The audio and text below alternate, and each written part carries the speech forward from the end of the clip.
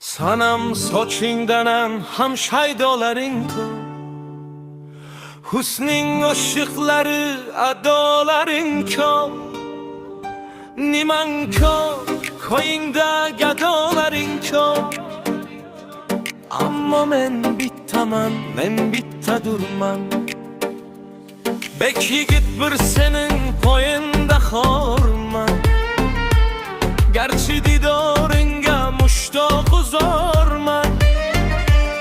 Men beun sevarman, men jim sevarman. Qiyomatgacha shu sukutda durman. Deydilar muhabbat bilmas masofa, ayrılıkni pisand qilmas masofa. Kelursan o'zing deb bir kun insofa, gohi Toshkent gohi Urgutda durman. Tiling bilmasam ham tushungandayman, sen bilan gohi do'st tutingandayman. Gohi bu do'stlikdan o'kingandayman. Ming bir xayol ichra ming bitta durman.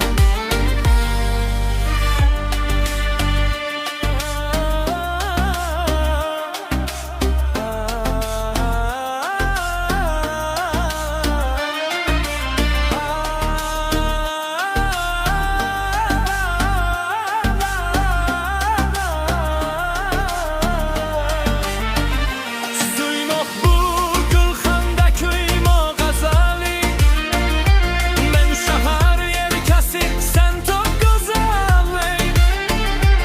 Eslab yur yodingga tushgan mahali, shaydolaring ko'p, u men bittadurman. Deydilar muhabbat bilmas masofa, ayrılıkni pisand qilmas masofa. Kelursan o'zing deb bir kun insofa, gohi Toshkent gohi Urgutda durman. Deydilar muhabbat bilmas masofa, ayrılıkni pisand qilmas masofa. Kelursan o'zing deb bir kun insofa, gohi Toshkent gohi Urgutda durman.